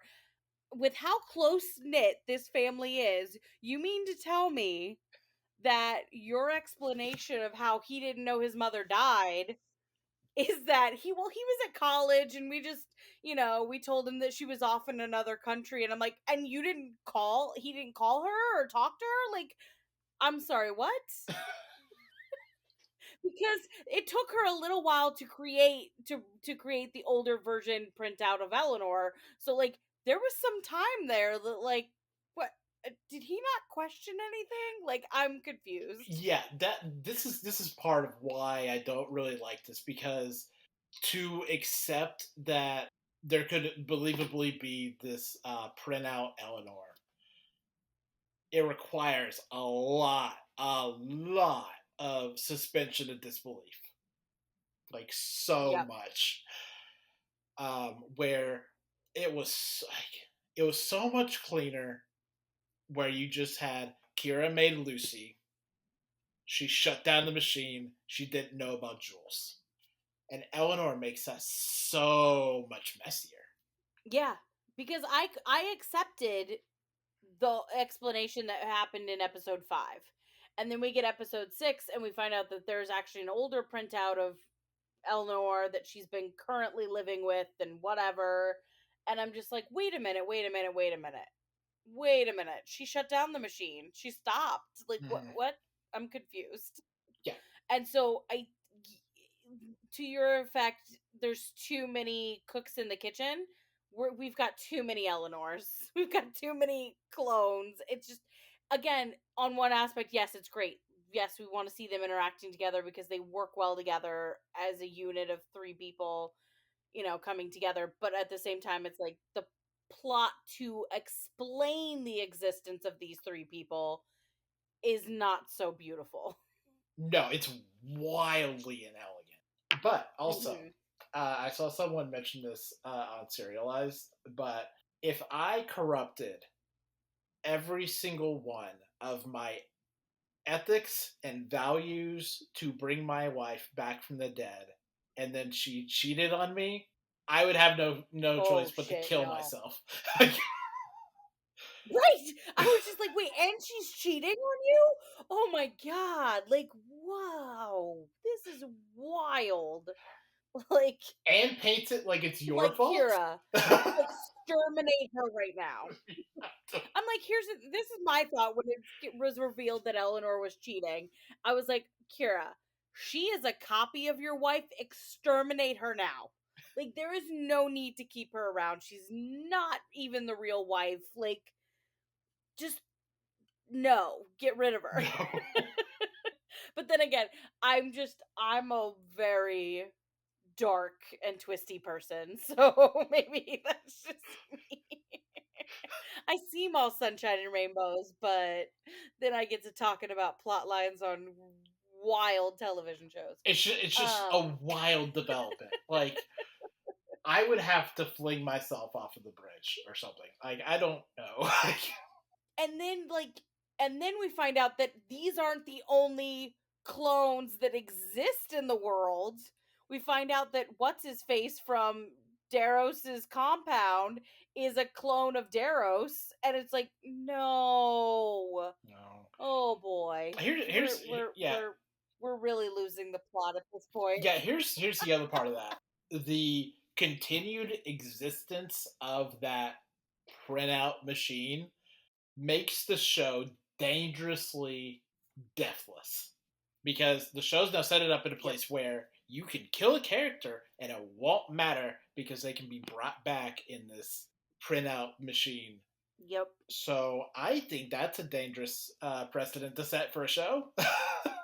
It's dangerous to even have one exist in the first place, and then you're like, oh, you thought it was taken care of? No, this man with lots and lots of money and lots of power has access to it. Like, that's not gonna go wrong at all. No. Because as much as Kira has thrown away her morals and her ethics to create this original clone of Lucy, and then, of course, again, to make an older version of her wife, she still has the capacity to say enough is enough. She's like, no, we should not be doing this willy-nilly. Like, this should be very exclusive to my one experiment and move on. Yeah. Well, let's move on to our last show of the week. Evil Season 4, Episode 12, Fear of the Other. So let's start off here. Mads, if you knew there was a doppelganger of you somewhere, would you want to know? No. Yeah, absolutely not. Absolutely not. Whatever my doppelganger is doing is none of my business. That's what I was going to say. I'm like, I struggle enough to see the purpose in my own life. I don't need to compare it to someone that looks just like me. Like, no. Like, absolutely not. Let's not go there. No. And the worst part is that, like, I'm pretty sure that website actually exists. Like, not in that specific form, but, like, that website exists, kind of. Yeah. To a certain extent, yeah, you could definitely, like... Yeah, I don't like I just... that. And the thing about Evil is that they are always doing some kind of story case, whatever, to make us really sit with ourselves. But this one just made me very uncomfortable. Like, more so than any other episode has ever done. And I'm just like, okay, I don't like this idea. Can we pretend it doesn't exist and move on? Yeah. Like, I don't know no doppelgangers. Let's not do doppelgangers. I also, unrelated to the doppelgangers, but this show has got to the point where I'm not very surprised by really anything, because anything can happen. I mean, just look at Leland and everything he does. But I was not anticipating that judge to slice off her head. Oh yeah, I did not think they would kill in Leslie. his chamber. Yeah, I did not think they would kill Leslie. Yeah, Leslie, that's her name. I was like, I'm sorry. What? I was like, oh, okay. Because it's very calm, pleasant conversation, very much in line with potentially what a judge would say to a witness that is in his chambers during a trial. And then, he's like, okay, great. And then he goes to leave and whips out his sword and fucking cuts her head off. And I'm like, what? I'm sorry, what? Great cameo performance. But yeah, what? Speaking of a good cameo performance, Paul Guilfoyle from CSI popping up as a head, like whatever you want to call it, like head priest, council priest. Yes. It's very good because like that's the only thing I can really imagine Paul Guilfoyle being in this world. Also, I'm always surprised that like after like almost a quarter of a century, Paul Guilfoyle still looks exactly the same as he did on like the beginning of CSI. He doesn't really age that much. He really doesn't. He's looked pretty much the same with a few added wrinkles. Like, that's about it. And I saw him and I'm just like, oh, hello. But yeah, great to see him. The other thing, and this is something that, like, you literally, I tweeted it and then you were like, oh my god, I came here to tweet this. I love the whole conversation around them losing their jobs. And Kristen is the most emotionally present out of all of them. Like, she's very in tune with her emotions. She's not afraid to express whatever emotion she's feeling.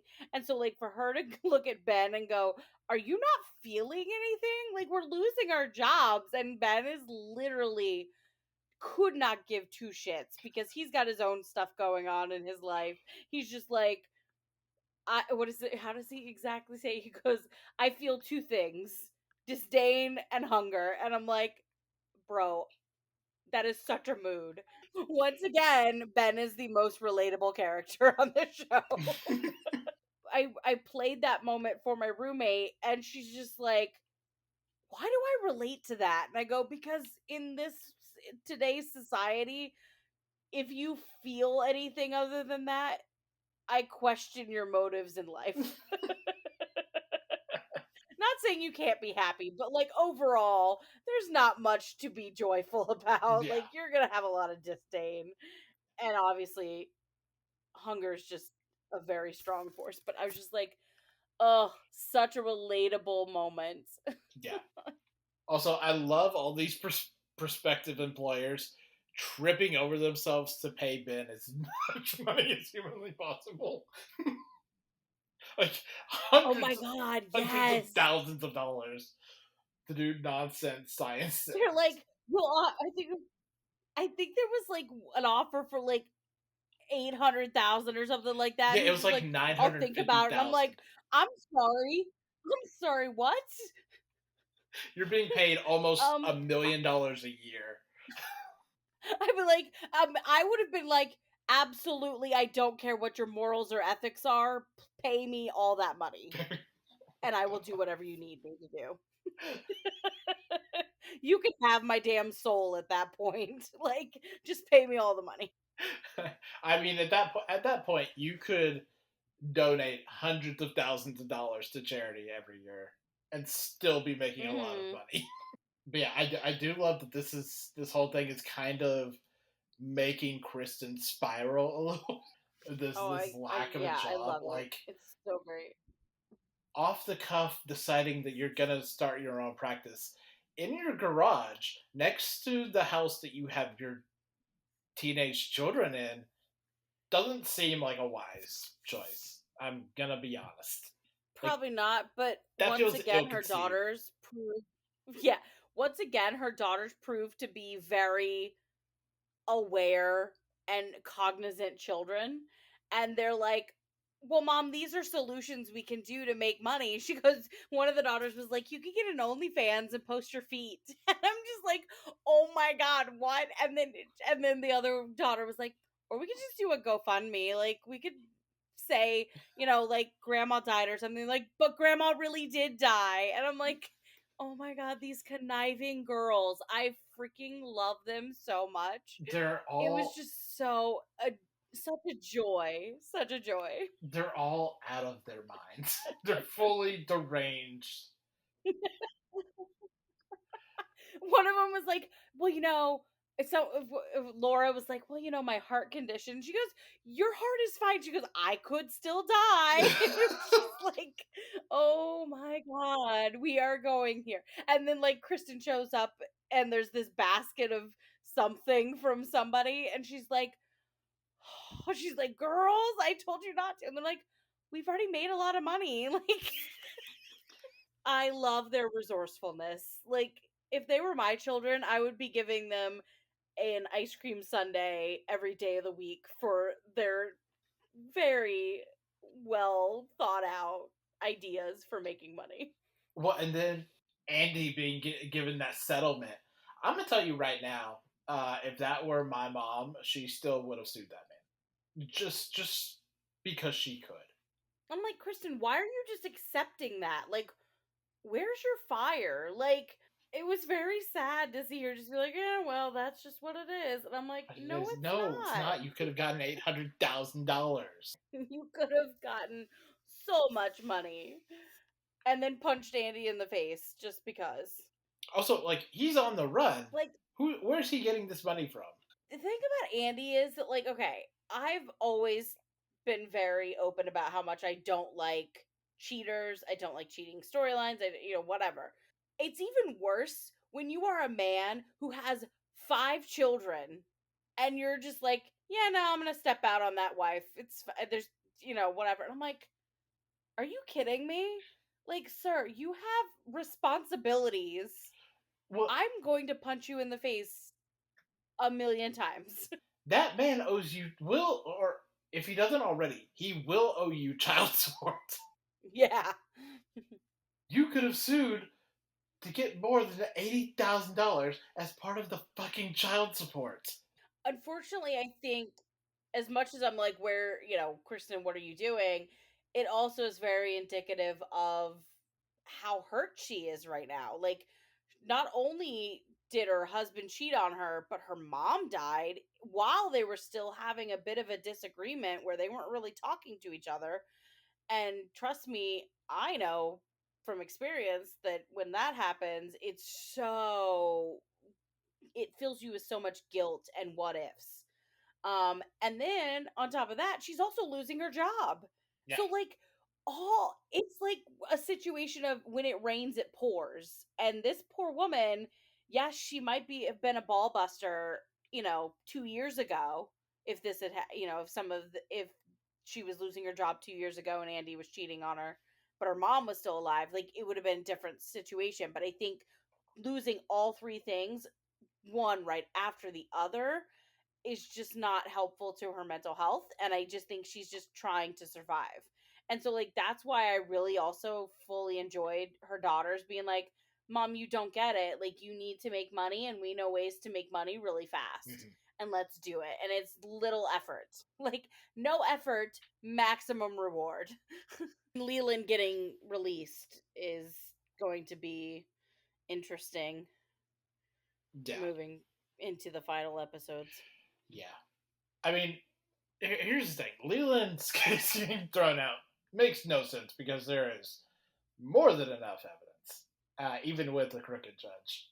But also, he has to be let out because we still have 2 more episodes and Leland needs to be able to make moves. So, it doesn't make sense, but also, again, you have a great evil as your lawyer and a crooked judge. Like, things are, it really does show how slimy he is and how easily he's able to manipulate the situation in his favor.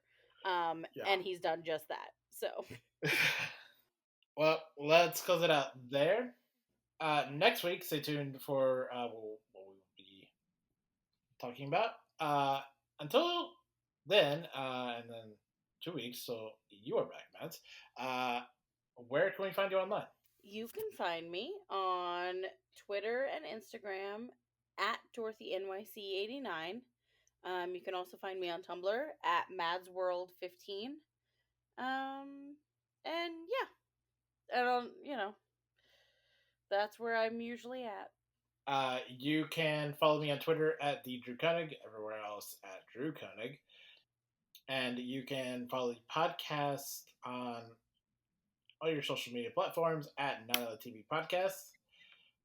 And you can email us at notanothertvpodcast@gmail.com with any thoughts, comments, or questions about the show.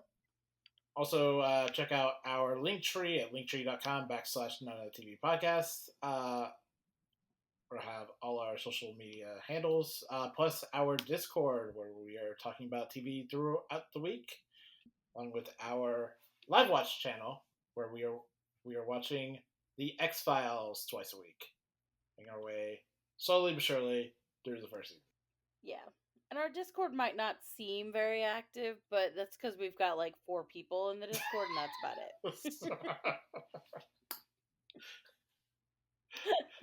It's not active because literally there's not enough people to make it active. Exactly. So come join us and have conversations. Maybe we'll start doing polls and things like that to, engage with television. Indeed. It's like that party where no one wants to be the first one to show up at the party. So there's like an hour where no one's at the party. You can find more of the podcasts on Apple, YouTube, and Spotify. Be sure to leave a review and subscribe. And you can find our full catalog at libsyn.com/notanothertvpodcast. Until next week, be sure to remember, don't go in the ocean. It's none of your business. Goodbye.